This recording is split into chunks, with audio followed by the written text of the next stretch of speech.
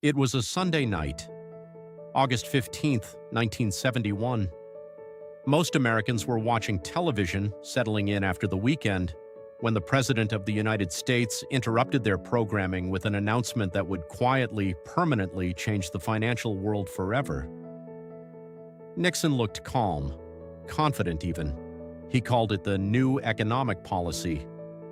But what he was really doing was pulling the United States out of a deal it had made with the entire world, a deal that had held together the global economy for over 25 years.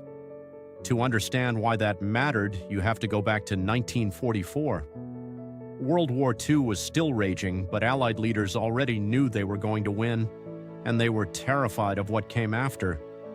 Because after the First World War, economies had collapsed, currencies had been destroyed, and that chaos had helped bring monsters to power.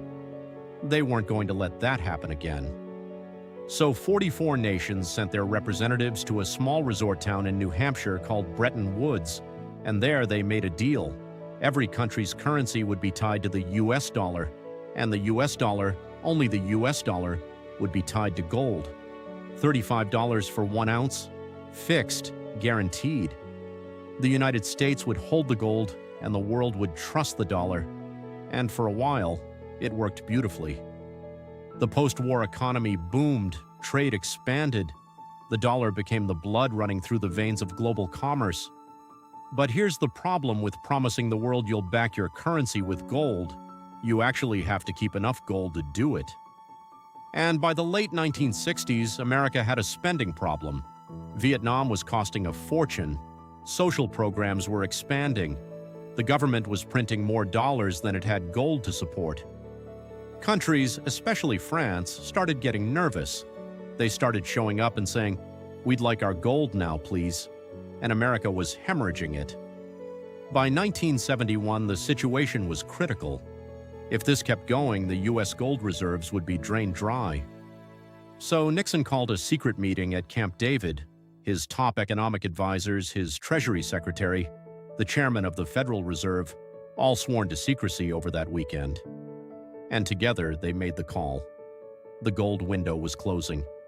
Just like that, the dollar was no longer backed by anything you could hold in your hand. It became, and still is, what economists call a fiat currency.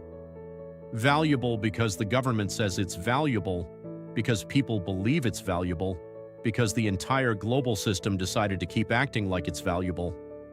Nixon sold it as a temporary measure. It never ended. And here's where it gets truly fascinating. The world didn't collapse. The dollar didn't die. In fact, just a few years later, the US struck a deal with Saudi Arabia, sell your oil exclusively in dollars. Other OPEC nations followed. Suddenly, every country on Earth needed dollars just to buy energy. The dollar didn't need gold anymore. It had oil, it had global dependency. It had something arguably more powerful than a metal. It had no alternative. But the long shadow of that Sunday night still falls over us today. Inflation became harder to control. Debt became easier to accumulate, for governments and eventually for everyone. The relationship between money and something real, something finite, was severed. Some people think that was liberation, a smarter, more flexible system for a complex modern world. Others think it was the moment we started building the economy on faith alone. Maybe both are true. What's certain is this.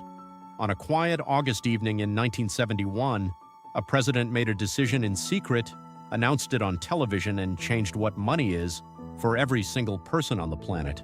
And most people were just trying to enjoy their Sunday.